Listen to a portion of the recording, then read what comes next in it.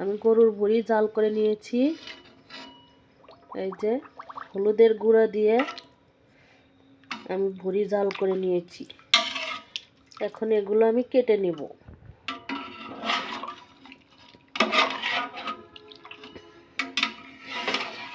এই যে চিকন ভুঁড়িও আছে, মোটা ভুঁড়িও আছে।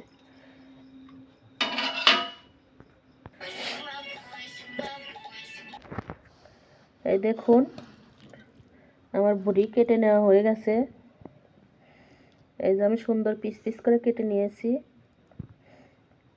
এই যে সবগুলোই আমি এক মাপের কেটে নিয়েছি।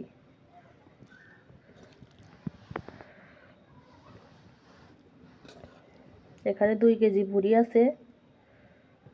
2 কেজি ভুঁড়ি ধরেই আমি কেটে নিয়েছি সুন্দরভাবে।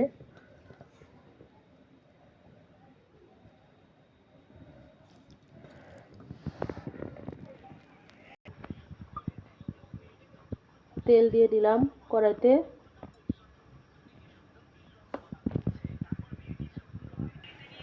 এখন দিয়ে দিব এই সব কিছু, পেঁয়াজ কাটা, সাদা এলাচ, কালো এলাচ, তেজপাতা, দারুচিনি কড়াইতে দিয়ে দিলাম।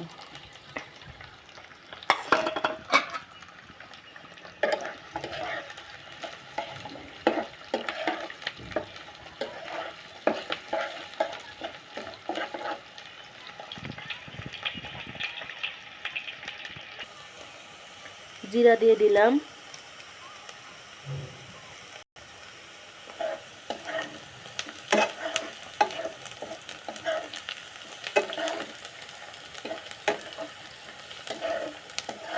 ভালোভাবে ভেজে নিব পেঁয়াজগুলো।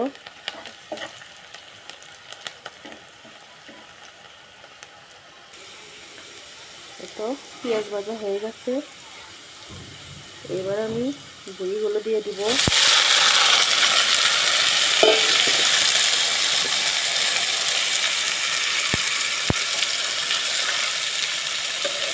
আমি সব মশলা ভুঁড়ির ভিতরে দিয়ে দিচ্ছিলাম।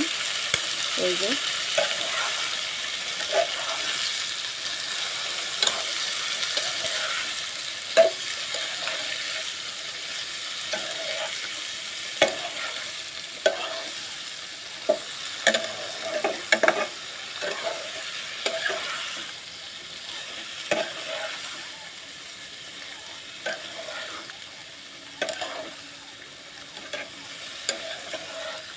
তো আমি ভালোভাবে নাড়া দিয়ে নিলাম।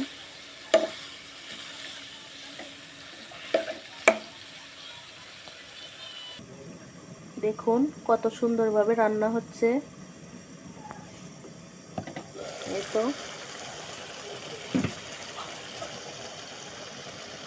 কালারটা জাস্ট ওয়াও, এত সুন্দর কালার হয়েছে।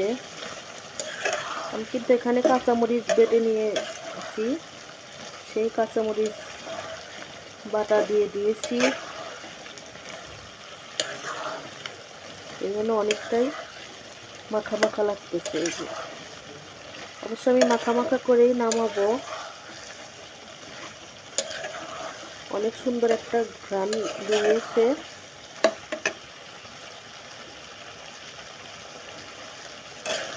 এটা দেখুন একদম মাখা মাখা হয়ে গেছে। এই মাখা মাখা করেই নামাবো।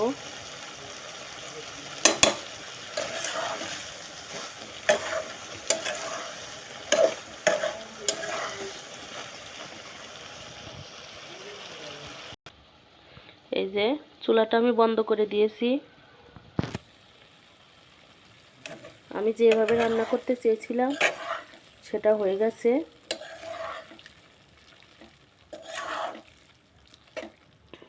এই যে ও এত মাখা মাখা হয়েছে।